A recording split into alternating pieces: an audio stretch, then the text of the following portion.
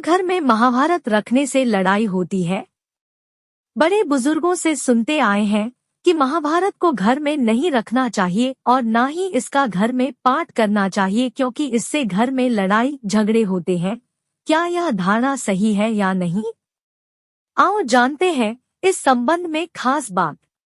साथियों, इसी तरह की वीडियो देखने के लिए कृपया चैनल को सब्सक्राइब करें और वीडियो को लाइक करें और कमेंट बॉक्स में लिखे जय श्री कृष्णा। तो चलिए आपको बताते हैं पहली खास बात। 4 वेदों के बाद महाभारत को 5वां वेद माना गया है, अर्थात इसे वेद के समान दर्जा प्राप्त है। जब वेद रखे जा सकते हैं तो इसे भी रखा जा सकता है, क्योंकि वेद में भी महाभारत के युद्ध के समान ही दशराज्य और इंद्र वृत्तासुर का वर्णन मिलता है। दशराज्य या दशराजा के युद्ध में भी आपसी कुल की ही लड़ाई का वर्णन मिलता है।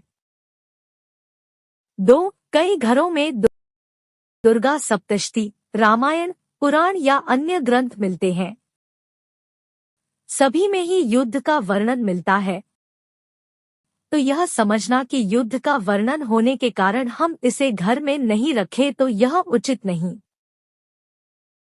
3 कोई यह मानता है कि इसे घर में रखने से रिश्तों में खटास आती है, तो रामायण में भी रिश्तों को लेकर बहुत कुछ है। आप यह सोच सकते हैं कि इससे आपका दाम्पत्य जीवन खराब हो सकता है और आपको भी वन में रहना पड़ सकता है।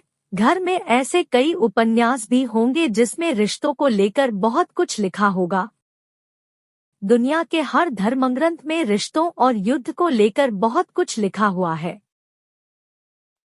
4 प्राचीन काल में हर घर में महाभारत ग्रंथ होता था, लेकिन मध्यकाल में यह धारणा कैसे फैली या फैलाई गई कि महाभारत को घर में नहीं रखना चाहिए, यह कोई नहीं जानता।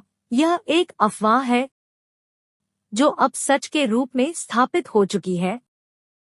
गुलामी के काल में हिंदुओं को उनके धर्म ग्रंथों, भाषा और संस्कृति से काटने के लिए कई तरह के दुष्प्रचार हुए हैं, जिसमें से एक ये भी है कि महाभारत को घर में नहीं रखना चाहिए और रामायण तो झूठ है।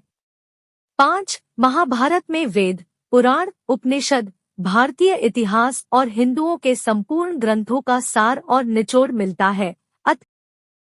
इस ग्रंथ का घर में होना तो अत्यंत ही जरूरी है, क्योंकि सिर्फ इसे पढ़ने और समझने से संपूर्ण ग्रंथों और इतिहास को पढ़ और समझ लिया जाता है।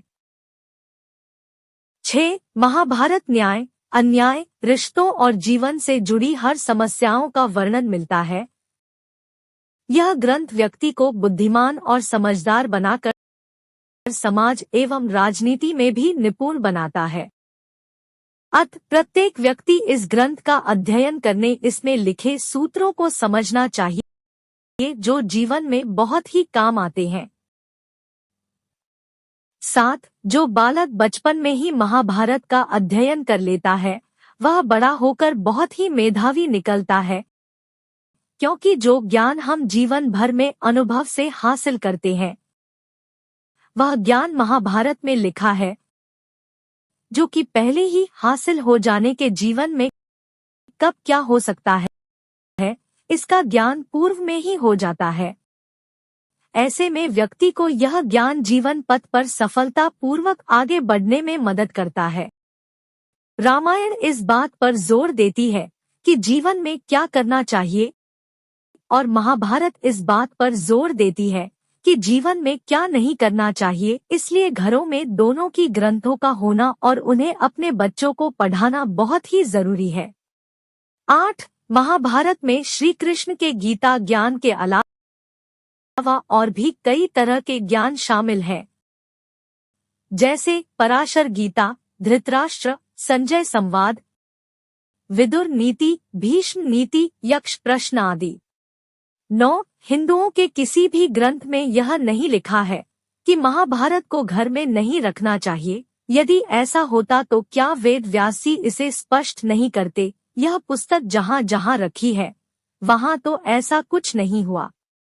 10 दरअसल यह एकमात्र ऐसा ग्रंथ है जो संपूर्ण हिंदू धर्म और उसके इतिहास का प्रतिनिधित्व करता है, और धर्म, नीति, ज्ञान, तर्क, राजनीति, मोक्ष, विद्या और संपूर्ण कलाओं का ज्ञान देकर धर्म स्थापना के सूत्र बताते हैं।